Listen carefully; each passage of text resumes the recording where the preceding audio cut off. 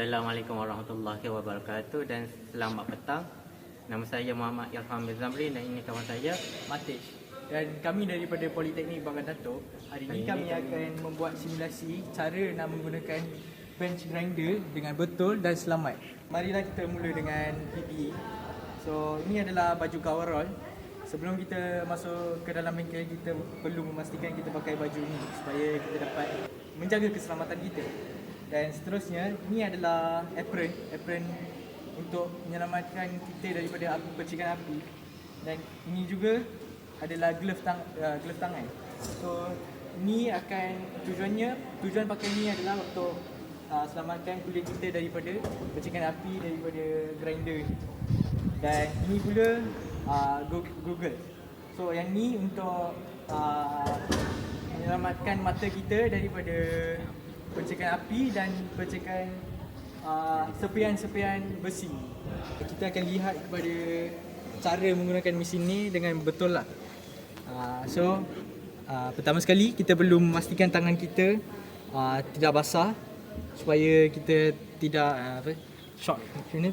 Kejahatan elektrik. Selain daripada itu, kita perlu menutup protective shield ni supaya spark daripada besi tu tak kena mata.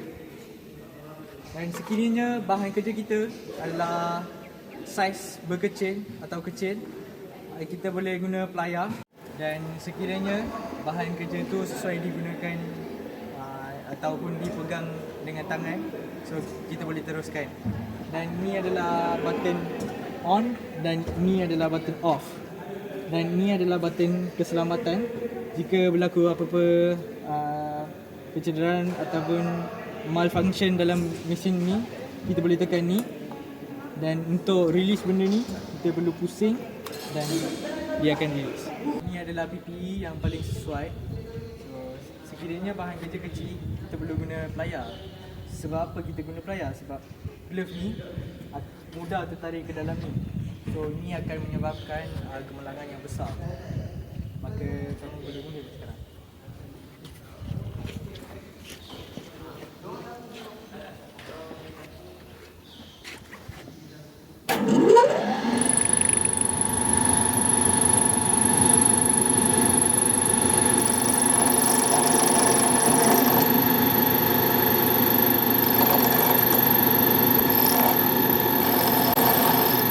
Dek, berhenti.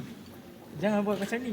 Sebab you punya bahan kerja kecil dan you pakai glove, nanti mudah tertarik.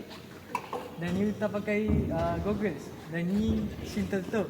Selepas kita dah selesai dengan bahan kerja kita perlu buat housekeeping. So bersihkan tempat-tempat kerja kita.